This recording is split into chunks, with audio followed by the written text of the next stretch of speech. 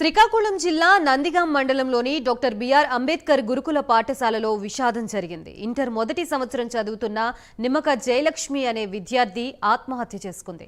అయితే బాలికది ఆత్మహత్య కాదని హత్య అని కుటుంబ సభ్యులు, దళిత సంఘాలు ఆరోపిస్తున్నాయి. ఈ ఘటనపై వెంటనే దర్యాప్తు చేయాలని డీఎస్పీ బాలచందర్ రెడ్డిని కోరారు.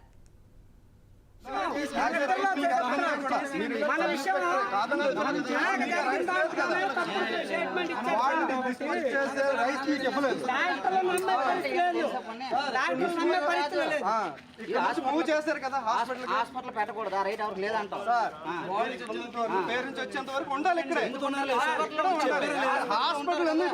రవీంద్రబాబు, నేను వచ్చింది కొత్తూరు నుంచి చూస్తున్నా. ఆ అమ్మాయి చనిపోయిన అమ్మాయికి నేను మేనమావని, మా అక్క బావ వాళ్ళ పాప. మేము ఇక్కడికి వచ్చి దగ్గర హాఫ్ అన్ అవర్ అవుతుంది. మేము ఇక్కడికి వచ్చి అక్కడ అంటే చనిపోయారని చెప్పారు. స్పాట్ దగ్గరికి వెళ్ళి చూస్తే అక్కడ లేదు. తీరా చూస్తే ఇక్కడ అంబులెన్స్లో ఎక్కించిస్తున్నారు. మేము మా అక్క బావ ఇద్దరు కలిసి వస్తున్నారండి. మధ్యలో చిన్న యాక్సిడెంట్ అయింది. వాళ్ళు అయినా సరే వచ్చేస్తున్నారు.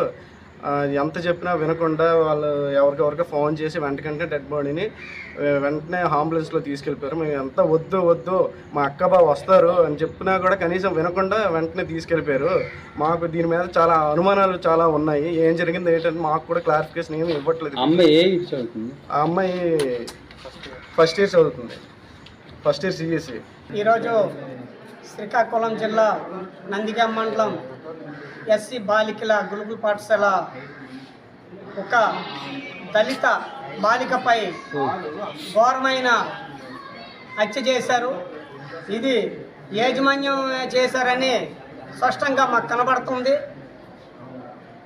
ఎప్పుడైతే అమ్మాయి చనిపోయిందని తెలిసిందో వీళ్ళు ఎస్కేప్ అయిపోవటానికి పోలీసు వారితో ఉటీగా హాస్పిటల్కి తరలించారు. హాస్పిటల్కి తరలించిన దగ్గరే మాకు అనుమానాలు ఉన్నాయి. ఎందుకంటే అమ్మాయి కొన ఊపిరితో ఉన్న హాస్పిటల్కి తీసుకెళ్ళని చెప్పి